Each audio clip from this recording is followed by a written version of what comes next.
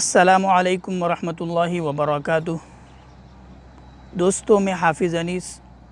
آپ لوگوں کا ہماری چینل ابو سید میں تہہ دل سے ویلکم کرتا ہوں۔ دوستوں ویڈیو شروع کرنے سے پہلے آپ کو ایک ریکویسٹ کرتا ہوں کہ ویڈیو شروع سے آخر تک دیکھیے، کیونکہ آج کا ویڈیو جو ہے 15 اگست کے اوپر ہونے والا ہے، جس میں ہم ہمارے علماء کرام کی کارناموں کو، جو انہوں نے اس آزادی کے اندر جو حصہ لیا ہے، اس کے متعلق، اس کے ریلیٹڈ انشاءاللہ آج ہم بات کریں گے۔ تو ویڈیو کو پورا دیکھنے کی کوشش کریں۔ تو اب زیادہ دیر نہ کرتے ہوئے ویڈیو شروع کرتے ہیں۔ نحمدہ ونصلی علی رسولہ الکریم، اما بعد۔ جب گلستہ کو خون کی ضرورت پڑی تو گردن ہماری کٹی، جب گلستہ کو خون کی ضرورت پڑی تو گردن ہماری ہی کٹی، پھر کہتے ہیں یہ اہل چمن، یہ چمن ہمارا ہے تمہارا نہیں۔ دوستو، سب سے پہلے تو میں آپ کو بتا دوں کہ 26 جنوری اور 15 اگست ہمارے بہت سارے بھائی جانتے بھی ہوں گے اور نہیں بھی جانتے۔ تو میں بتا دوں کہ 26 جنوری کو ہمارے دیش کے اندر جو قانون لاگے، جو سویدھان لاگو ہوئے تھے، وہ 26 جنوری کو ہوئے تھے، جو کہ 1950 میں ہوئے تھے، 1950 کے اندر، اور 15 اگست 1947 کے اندر ہمارا دیش جو ہے آزاد ہوا تھا۔ 1947 کے اندر جو کہ ہمارا دیش اس وقت آزاد ہوا تھا انگریزوں سے، ان گوروں سے ہمارا دیش اس وقت آزاد ہوا تھا۔ تو یہ 15 اگست 1947 کو ہمارا دیش آزاد ہوا تھا، اور 26 جنوری 1950 کے اندر ہمارے دیش کے اندر قوانین، جو رولز لاگو ہوئے تھے، سویدھان لاگو ہوئے تھے، وہ 26 جنوری ہے۔ تو بات کرتے ہیں ہم، سب سے پہلے ہم بات کریں گے کہ اس دیش کے اندر لڑائی جو شروع ہوئی انگریزوں کے ساتھ، وہ 1754 سے شروع ہوئی ہے۔ 1754 کے اندر سراج الدولہ کے نانا علی وردی خان نے انگریزوں کے خلاف جنگ کی تھی، جو کہ منظم طریقے سے جنگ کی تھی، ہتھیاروں کے ساتھ جنگ کی تھی۔ پھر علی وردی خان کے بعد ان کے نواسے شیخ سراج الدولہ حاکم بنے، اور انہوں نے بھی انگریزوں کے خلاف جنگ کی ہے، اور ان کو شہید کر دیا گیا، ان کے ہی دارالسلطنت کے اندر ان کو شہید کر دیا گیا ہے۔ پھر اس کے بعد یہ ہماری آزادی کی تاریخ جو ہے، ان دو لوگوں کی ذکر کے بغیر ہماری آزادی کی تاریخ ادھوری رہتی ہے۔ وہ دو لوگ ہیں حیدر علی اور ان کے صاحبزادے، ان کے بیٹے ٹیپو سلطان رحمۃ اللہ علیہ۔ ان دو لوگوں کے علاوہ، ان دو لوگوں کے سوا ہماری تاریخ، ہندوستان کی تاریخ، ہندوستان کی جنگ آزادی کی جو تاریخ ہے، وہ ادھوری رہتی ہے۔ دوستو، حیدر علی اور سلطان ٹیپو رحمۃ اللہ علیہ نے انگریزوں سے 4 جنگیں کی ہیں۔ حیدر علی کے انتقال کے بعد ان کے صاحبزادے ٹیپو سلطان رحمۃ اللہ علیہ حکمران ہوئے، حاکم بنے، جو کہ 1782 کے اندر، اور 1783 کے اندر انگریزوں سے ایک زبردست جنگ کی اور انگریزوں کو شکست دی، ہار دی۔ پھر جو ہے انگریز اس شکست کا بدلہ لینے کے لیے، انتقام لینے کے لیے پھر سے ایک جنگ کی، لیکن اپنوں کی ہی مخالفت، اپنوں کی ہی غداری کی وجہ سے انہوں نے آپس میں معاہدہ کرنا پڑا ٹیپو سلطان رحمۃ اللہ علیہ کو۔ پھر جو ہے آخر میں زبردست 4 جنگیں کی ہے، اور آخر میں ان کو سرنگا پٹنم کے اندر ان کو شہید کر دیا گیا ہے۔ ان کا ایک خاص مقولہ تھا، ان کا ایک خاص بات تھی، ان کا ایک جو ہے جملہ تھا کہ گیدڑ کی 100 سال کی زندگی جینے سے بہتر ہے شیر کی 1 سال کی زندگی جی لے۔ دوستو وہ اتنے لیڈر تھے، اتنے بہادر تھے کہ جب ان کا انتقال ہوا تو ایک انگریز ان کی نعش کے پاس آ کر کہا کہ آج سے ہندوستان ہمارا ہے۔ تو دوستو جب ٹیپو سلطان اور حیدر علی کے انتقال کے بعد جو ہے اس انگریزوں کے خلاف جو جنگ کی ہے وہ ہے شاہ ولی اللہ محدث دہلوی ہے اور ان کے صاحبزادے ان کے بیٹے شاہ عبدالعزیز اور شاہ اسحاق رحمۃ اللہ علیہ نے اس انگریزوں کے خلاف زبردست جنگ کی اور تحریک چلائی ہے۔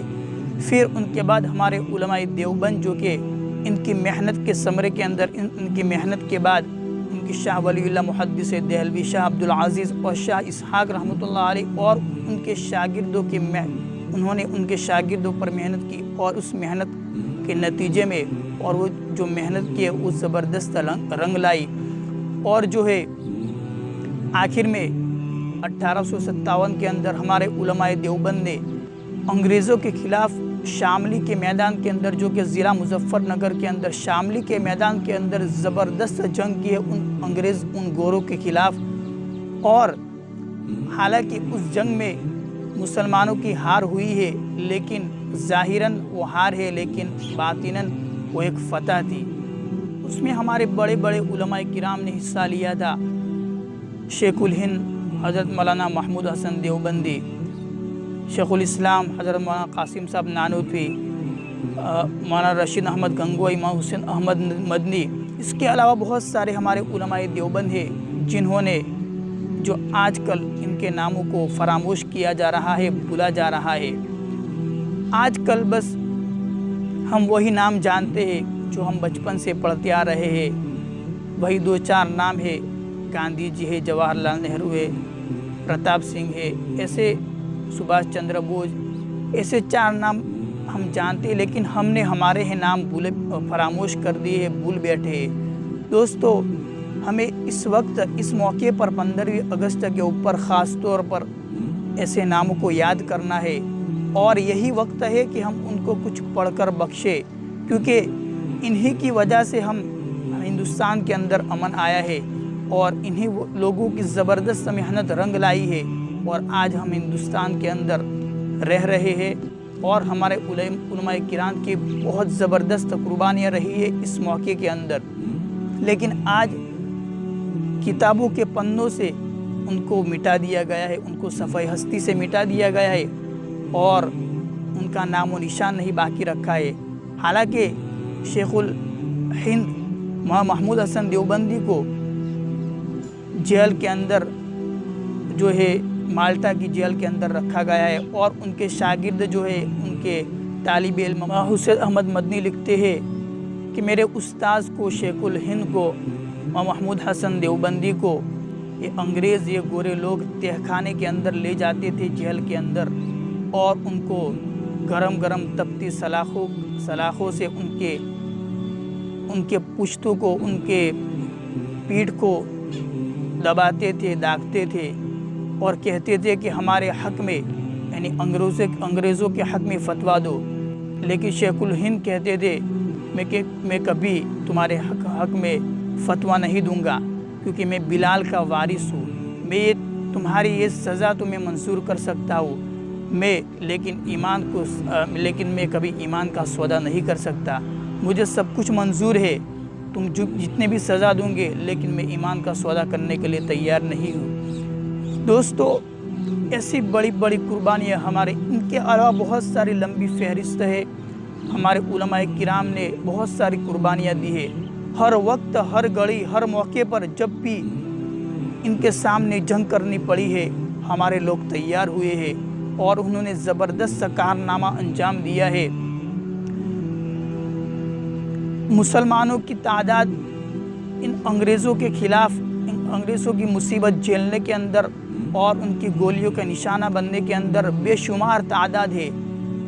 یہ عوام کی تعداد تو بے شمار ہے لیکن عوام کے علاوہ علماء کرام کی تعداد جو لکھی گئی ہے کتابوں کے اندر وہ 20,000 سے 50,000 کے اندر لکھتے ہیں۔ دوستو یہ تو صرف علماء کرام کی تعداد 20 سے 50,000 کے اندر ہے، ہمارے عوام تو نہ جانے کتنے بے شمار شہید ہوئے اس